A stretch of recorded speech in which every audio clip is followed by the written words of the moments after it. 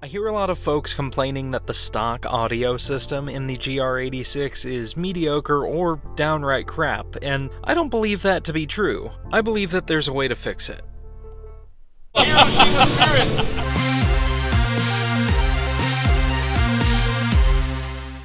My GR86 is a premium, so it has the 8-speaker system, but this very well might work in a bass model as well. Got our bass set to +1, mid +3, treble -1. Got it set to powerful. Vocal image control, right here in the center.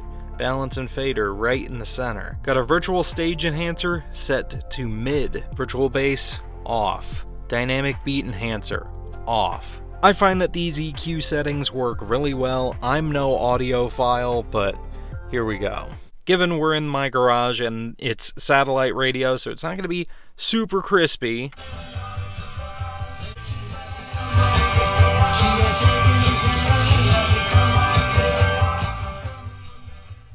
Now, at the end of the day, the interior of this car is...